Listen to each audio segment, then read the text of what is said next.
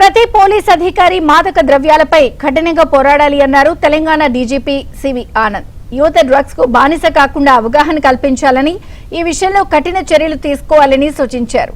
రాష్ట్రంలో naxalism, Maoist కార్యకలాపాలను పూర్తిగా అదుపులోకి తీసుకొచ్చామని, ఇకపై మాదక ద్రవ్యాలు, సైబర్ నేరాలు, రోడ్డు ప్రమాదాల నియంత్రణపై ప్రత్యేక దృష్టి సారించాలని అధికారులకు సూచించారు.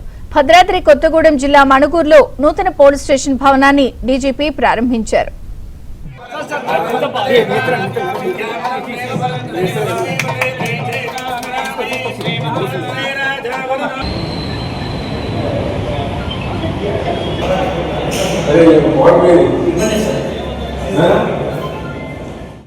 జిల్లాల ఎస్పీలు, సిపిలు అందరూ కూడా ప్రతి ఒక్క హోంగార్డ్ దగ్గర నుండి డీజీపీ వరకు ఈ డ్రగ్స్ పైన ఒక పోరాటం లాంటిది చేయకపోతే మనందరికి కూడా సమాజంలో ప్రతి ఒక్కరికి కూడా చాలా కఠినంగా ఉంటుందని మనం అందరికి తెలుసు.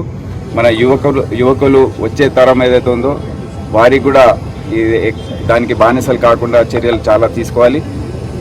ఇప్పుడు దాదాపు 30 సంవత్సరాల పాటు మనము నక్సలైట్లు, మావో